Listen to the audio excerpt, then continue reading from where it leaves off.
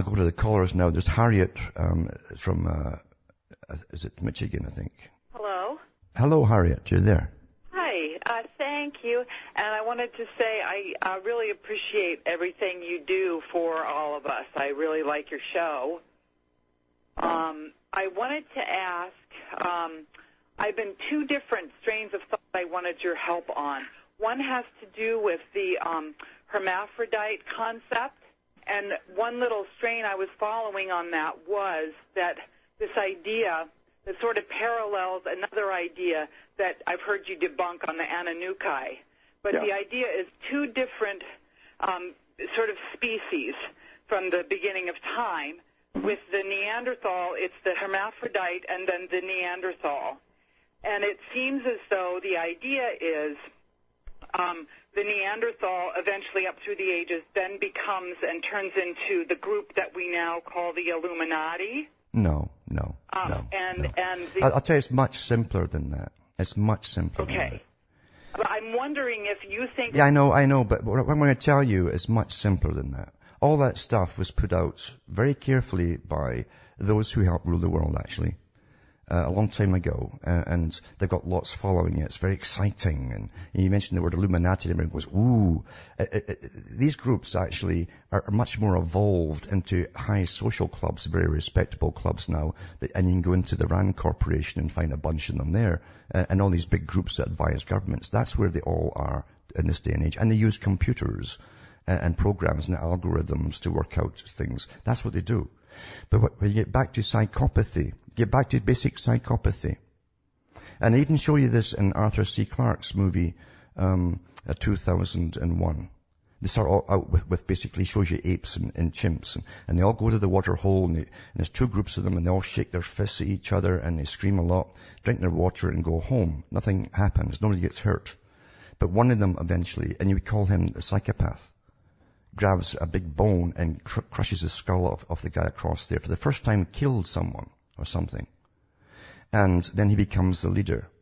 Now, basically, psychopathy being hereditary, once he starts inbreeding, and then, of course, you have a royal family, which will inbreed into its own, you're guaranteed psychopaths coming down the pike for generations. Now you take that too, with an added particular religion on top of it that's very paranoid about every other people's.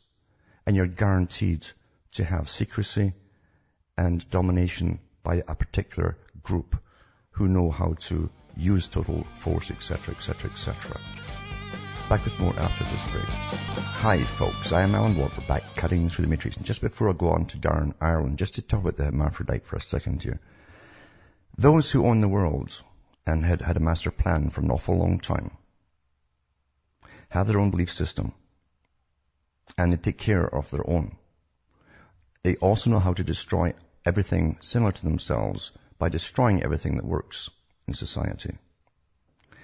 And when you want to own the world, and that's your mission to own the world and everything in it, that's very important, everything in it, then you'll get into genetic engineering, and eventually you'll make all kinds of slaves, more perfected slaves for specific functions, etc. But first you must degenerate society so much to allow that to happen. You do so by literally, while you keep your own morality amongst your own group, and the family unit is at the very top of the tree, you destroy it outside of yourselves. We've lived through that period today. I don't think you can go back to it anymore, in fact. It's destroyed.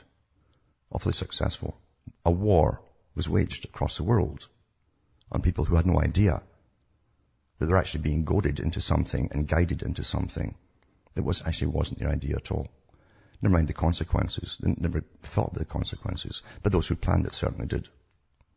So hermaphrodites, and even NASA put out a movie a few years back to do with long-term travel in space. They talk about creating hermaphrodites to travel in space. There'll be no on-board problems with sexual rivalries, etc. going on. And how they could even give birth to them through programming computers to watch over these embryonic phases as they give birth to these creatures, etc. Something that can do nothing but really be, they call it actually, it's called a golem. A golem is a slave, a man-made slave, for those who own them. A computer is a golem. A human being can be a golem if he's created to be a perfect slave. Tirelessly working, never complaining, perfectly efficient at what he's been built to do. And that's part of what the hermaphroditic part is too. But you must go into the next part of there's not much left of utter sexual depravity. That's where they're pushing for pedophilia to be normalized. And also all the intergender, same gender sex, etc. is getting pushed into mainstream movies all the time, big time. For a purpose, not just to titillate you and not for bucks. This is to destroy what's left of society for those who own it. This is all a warfare technique.